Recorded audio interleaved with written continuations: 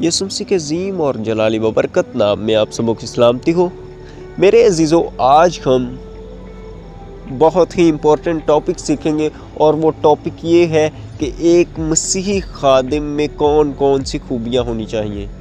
یا ایک مسیحی خادم جو ہے وہ کس طرح کا ہوتا ہے، یا کوئی بھی مسیحی رہنما جو ہے جو ایک کلیسیا کو لیڈ کر رہا ہے، جو کلیسیا کی روحانی طور پر پرورش کر رہا ہے، اس میں کون کون سی خوبیاں ہونی چاہیے اور اس کو کس طرح کا ہونا چاہیے۔ تو یہ آج ہم میرے عزیزو بائبل کی روح سے سیکھیں گے۔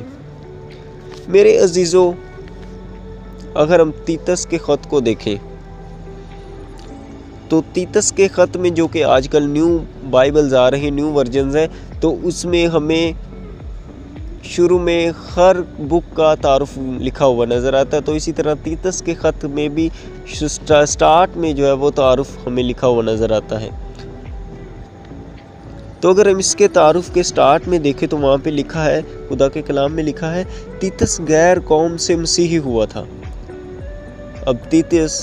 جو کہ ایک شخص جو کہ غیر قوم سے مسیحی ہوا تھا، تو پولس رسول کیا کرتا ہے کہ اسے کریتے میں چھوڑ دیتا ہے۔ آگے اگر ہم پڑھیں تو وہاں پہ لکھا ہے، وہ بشارتی کام میں پولس کا ہم خدمت اور معاون بن گیا۔ پولس نے اس نوجوان مددگار کو کریتے میں چھوڑا تھا تاکہ وہاں کلیسیا کے کام کی نگرانی کرے۔ اب پولس رسول کیا کرتا ہے کہ جب وہ کریتے میں کلیسیا کو ڈیولپ کر دیتا ہے، جب کریتے کے لوگ جو ہے وہ یسوع مسیح کو اپنا نجات دہندہ قبول کر لیتے ہیں، تو پولس رسول کیا کرتا ہے کہ جب دوسرے علاقہ میں جاتا ہے تو تیتس جو کہ اس کا ہم خدمت ہوتا ہے، یعنی کہ جو وہ شخص جو کہ اس کے ساتھ مل کر خدمت کر رہا ہے، اس کا مددگار ہوتا ہے، اس کا معاون ہوتا ہے، پولس رسول کیا کرتا ہے کہ اس کو وہاں پر چھوڑ دیتا ہے تاکہ وہ اس کلیسیا کی کیا کرے، نگرانی کرے۔ اب اس نے اس لیے اسے چھوڑا کیونکہ ان لوگوں نے دلی طور پر یسوع مسیح کو قبول تو کر لیا، لیکن ان میں مسیح کی خوبیاں اور اسی طرح سے بائبل مقدس کے مطابق زندگی گزارنا بھی لازمی تھا۔ اس لیے پولس رسول نے تیتس کو وہاں پہ چھوڑا تاکہ وہ ان کی نگرانی کر سکے، ان کو سکھا سکے، ان کو عملی طور پر، ان کو پریکٹیکلی جو ہے وہ ساری چیزیں مسیحیت کی جو ہے وہ سکھا سکے کہ مسیحی حقیقی مسیحی چال چلن ہوتا کس طرح سے ہے اور کیسا ہوتا ہے اور ہوتا کیا ہے۔ اسی طرح سے اگر ہم تیتس اس کا پہلا باب اور اس کی 5ویں سے 9ویں آیت دیکھیں تو وہاں پہ ہمیں کچھ خوبیاں لکھی ہوئی نظر آتی ہیں جو کہ ایک مسیحی لیڈر میں ہونی چاہیے۔ تو ہم خدا کے کلام میں سے سیکھتے ہیں۔ خدا کے کلام میں 5ویں آیت سے ہم دیکھتے ہیں تو لکھا ہے، میں نے تجھے کریتے میں اس لیے چھوڑا۔ اب پولس رسول جو ہے وہ یہاں پہ تیتس کو مخاطب کرتے ہوئے لکھ رہا ہے یہ خط جو ہے، تو پولس رسول کہتا ہے، میں نے تجھے کریتے میں اس لیے چھوڑا تھا کہ تو باقی ماندہ باتوں کو درست کرے اور میرے حکم کے مطابق شہر بشہر ایسے بزرگوں کو مقرر کرے۔ اب پولس رسول کہتا ہے کہ میں نے تمہیں اس لیے کریتے میں چھوڑا ہے کہ تو باقی ماندہ باتیں، وہ باتیں جو کہ ابھی اس کلیسیا میں آنی باقی ہیں، ان کو درست کرے،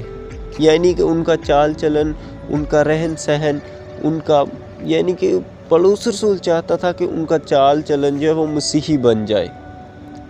اس لیے پولس رسول نے وہاں پہ اسے چھوڑا۔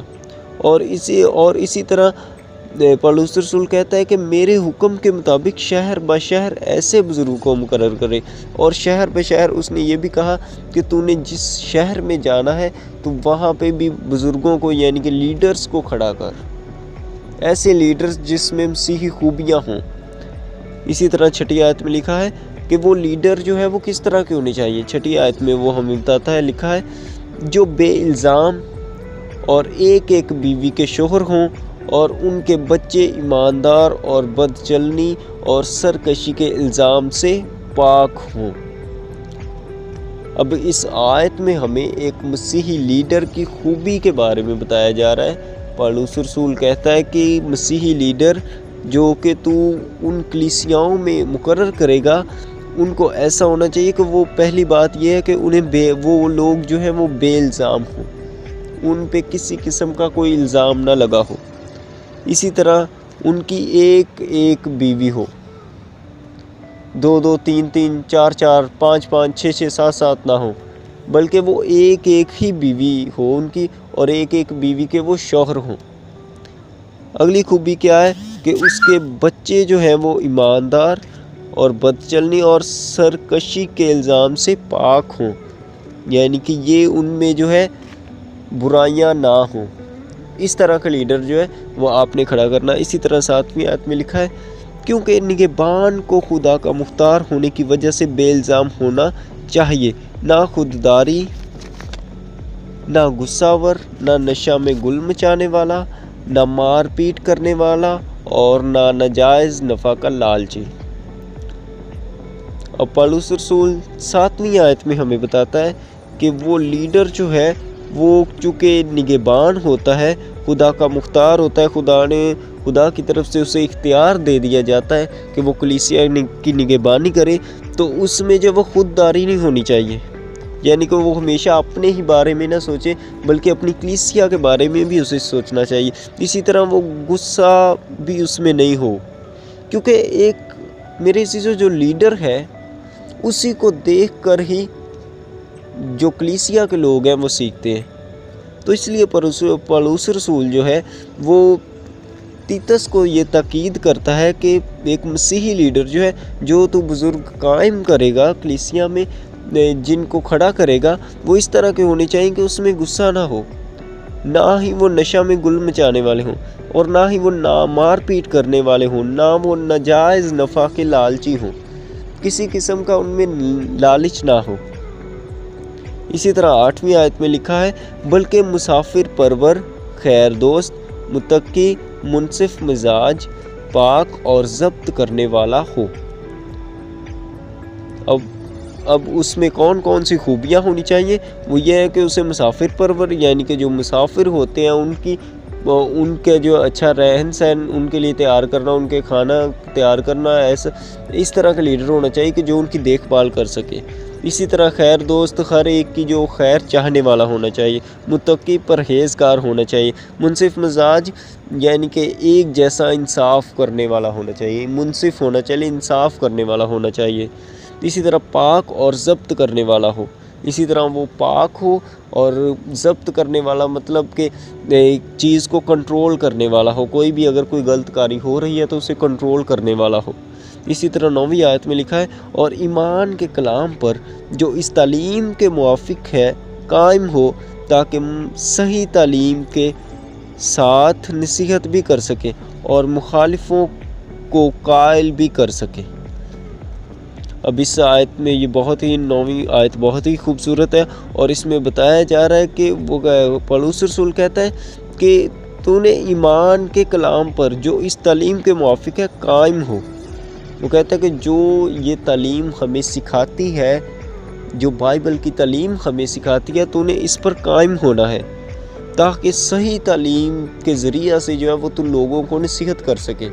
اور جو تیرے مخالف ہیں تو ان کو قائل بھی کر سکے۔ تو میرے عزیزو، ان آیات میں جو ہم نے پڑھی ہے، پالوس رسول واضح طور پر بتاتا ہے کہ ایک مسیحی لیڈر جو ہے وہ کس طرح کا ہوتا ہے، ایک حقیقی مسیحی لیڈر۔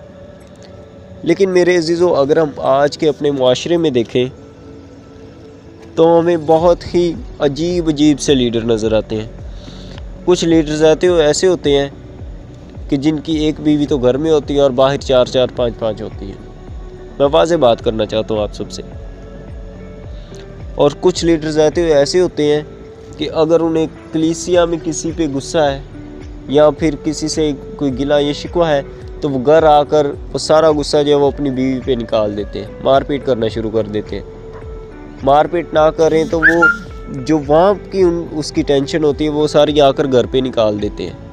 تو اس طرح کا نہیں ہونا چاہیے۔ اسی طرح کچھ خادمین کو میں نے دیکھا وہ چرچ میں جو ہے وہ بچوں کو جھٹکے دے رہے ہوتے ہیں۔ تو اس طرح کا خادم جو ہے بالکل بھی نہیں ہونا چاہیے، کیونکہ بائبل مقدس کے مطابق جو ہے وہ جو ہونا چاہیے، جو ایک حقیقی مسیحی لیڈر ہے، وہ ایک تحمل مزاج ہوتا ہے، اس میں غصہ نہیں ہوتا۔ نہ ہی وہ نشہ میں گل مچانے والا ہوتا ہے،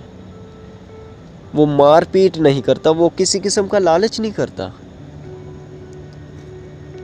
ایک حقیقی مسیحی لیڈر وہ ہے جو کہ کلیسیا کی اچھی پرورش کرتا ہے۔ کچھ لوگ ہوتے ہیں وہ صرف اپنے مفاد کے لیے کلیسیا کو چلا رہے ہوتے ہیں، روپے پیسے کے لیے چلا رہے ہوتے ہیں، لیکن خدا کا کلام کہتا ہے کہ ہم جو ایک حقیقی مسیحی لیڈر ہے اس میں کسی قسم کا لالچ نہیں ہوتا۔ آج کل آج کے دور میں بہت سے خادمین ہیں جو کہ لالچ کے چکر میں خدمت کر رہے ہیں، لیکن حقیقی مسیحی لیڈر جو ہے اس میں لالچ بالکل بھی نہیں ہوتا۔ وہ ہمیشہ کلیسیا کے بارے میں سوچتا ہے، ہمیشہ اپنی کلیسیا کی جو ہے وہ روحانی، مالی، ہر قسم کی اگر کوئی بھی کسی قسم کی پرابلم ہے تو وہ اس کی پرابلم کو ریزالو کرتا ہے، وہ ان کی نگہبانی کرتا ہے، وہ ان کی دیکھ بھال کرتا ہے۔ اس لیے ہمیں چاہیے کہ یہ جو خوبیاں ہیں، اگر ہمیں یہ خوبیاں کسی لیڈر میں نظر آتی ہیں تو ہمیں اس کے پیچھے چلنا چاہیے، اس کی بات ماننی چاہیے، اس کو اپنا حقیقی لیڈر جاننا چاہیے۔ اور اگر یہ خوبیاں کسی خادم میں نہیں نظر آتی تو سمجھے وہ حقیقی مسیحی لیڈر نہیں ہے، وہ آپ کو خدا کے کلام کی کریکٹ باتیں نہیں بتا سکتا۔ کیوں؟ کیونکہ اس میں خود اس طرح کی خوبیاں نہیں ہیں۔ حالانکہ کوئی بھی شخص ہے، فرض کریں جبکہ ایک لیڈر جو ہے وہ جب سنڈے کے روز جو ہے وہ چرچ میں کلام سنانے آتا ہے تو وہ اگر وہ اسپائس بنا کر آ جائے، پاکستان کی بات کر رہا ہوں، ہمارے ملک میں اگر وہ اسپائس بنا کر آ جائے تو لوگ جو آگے بیٹھے ہوں گے وہ اس کا کلام کم سنیں گے اور اس کے اسپائس ہی دیکھیں گے۔ یا اگر وہ فرینچ اس نے رکھی ہوئی ہے، یا پھر اگر وہ جو ہے اس نے وہ اپنی گردن پہ جو ہے ٹیٹو بنوا لیتا ہے، یا پھر ہاتھوں میں مندریاں پہن کر آ جاتا ہے، تو لوگ جو ہیں وہ اس کے ڈریسنگ کی طرف ہی دیکھیں گے، اس کی مندریوں کی طرف ہی، اس کے ٹیٹو کی طرف ہی دیکھیں گے، اس کے کلام پہ کم توجہ دیں گے۔ اب اگر ایک خادم جو ہے وہ جھوٹ بولتا ہے تو اس کی کلیسیا میں بھی وہی خوبیاں ہوں گی، وہی خامیاں ہوں گی۔ کیوں؟ کیونکہ ان کا لیڈر جو ہے اس میں وہ خوبیاں خامیاں ہیں، کیونکہ ایک کلیسیا جو ہے وہ اپنے لیڈر کو دیکھ کر ہی کام کرتی ہے، جو ان کا لیڈر کرتا ہوا دکھائی دیتا ہے وہ وہی کام کرتی ہے۔ اب ایک پاسٹر جو ہے وہ اسپائس بنا کر آ رہا ہے تو کلیسیا کے لوگ کہیں گے کہ جی یہ تو پاسٹر ہے، اس نے اسپائس بنایا ہے، تو ہم تو عام لوگ ہیں، کلیسیا کے لوگ ہیں، ہم بنا لیں گے تو کون سی بڑی بات ہوگی۔ اسی طرح اگر یہ پاسٹر جو ہے اس میں یہ غصہ کرتا ہے تو اگر ہم غصہ کر لیں تو کون سی بڑی بات ہوگی۔ اگر یہ جھوٹ بولتا ہے تو ہم جھوٹ بول لیں گے تو کون سی بڑی بات ہوگی۔ کلیسیا جو ہے وہ لیڈر سے ہی سیکھتی ہے، اس لیے ایک مسیحی لیڈر کو ایک اچھا لیڈر ہونا بہت ضروری ہے۔ اس لیے آپ نے جب بھی لیڈر چنے تو اس میں یہ خوبیاں دیکھیں جو کہ پولس رسول ہمیں بتاتا ہے کہ ایک مسیحی لیڈر، حقیقی مسیحی لیڈر کس طرح کا ہوتا ہے۔ میں امید کرتا ہوں کہ آپ نے آج کے کلام کے وسیلہ سے برکت کو حاصل کیا ہوگا۔ خدا آپ سبوں کو برکت دے، آمین۔